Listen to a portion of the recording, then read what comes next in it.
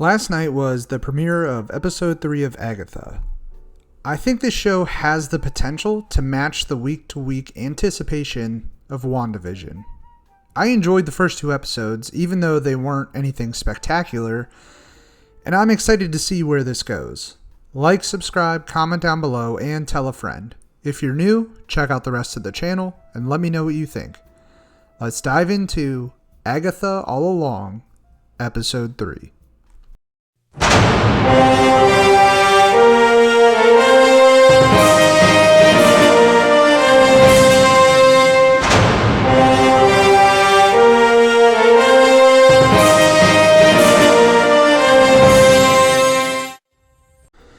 This episode really begins the journey for Agatha and her coven down the witch's road. While I don't think this episode is as enjoyable as the first 2, there still is a lot to like. We see the coven encounter their first trial on the road as they stumble upon a gorgeous New England-style beachfront home, only to enter the house and be trapped. They quickly find themselves poisoned and must band together and utilize Jen's knowledge of potions to concoct a cure for everyone. In the end, they overcome the trial and return to the road to find Mrs. Hart dead. The biggest issue I had with this episode was that I was really excited for the dark, creepy, ominous, witchy aesthetic to kick in even more. I didn't mind the house setting. I get it. They were trying to establish the Witch's Road as this sort of ever-changing illusion that is constantly playing with your mind. But I just craved more of a dark forest, spooky atmosphere, kind of where this episode began and ended.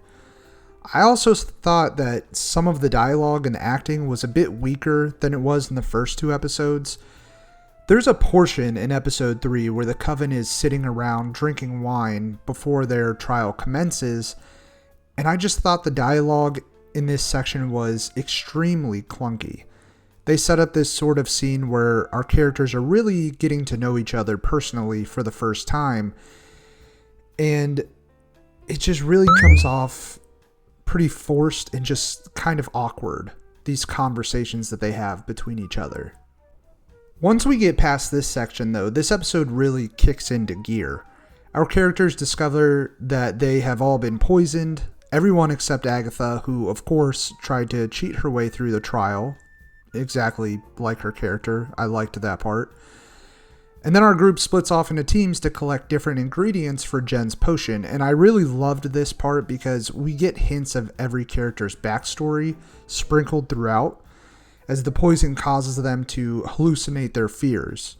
Jen encounters a doctor, seemingly from her past, who is, for whatever reason, extremely disappointed in her and attempts to drown her in the kitchen sink. Alice sees her mother before one of her shows as she tries to commit suicide. Lilia sees herself in the past, enduring some sort of pain during the Renaissance era, and Agatha sees a baby, probably her son that she traded for the Darkhold, which is hinted at earlier on in the episode. This really was my favorite section because we're teased with bits and pieces but left hanging, a lot like WandaVision did, and that was my favorite aspect of that series. This show is great at the mystery part of it. I think we all know who Teen is. If you're familiar with the comics, you've figured it out at this point, or you already knew. But they're also setting that up for a reveal in one of these episodes coming up. And even in this episode, it's revealed that someone has cast a spell on him that doesn't allow him to actually tell people who he is. So we'll see what that brings. It's exciting, especially, I guess, for people who aren't familiar with that character or the comics, really.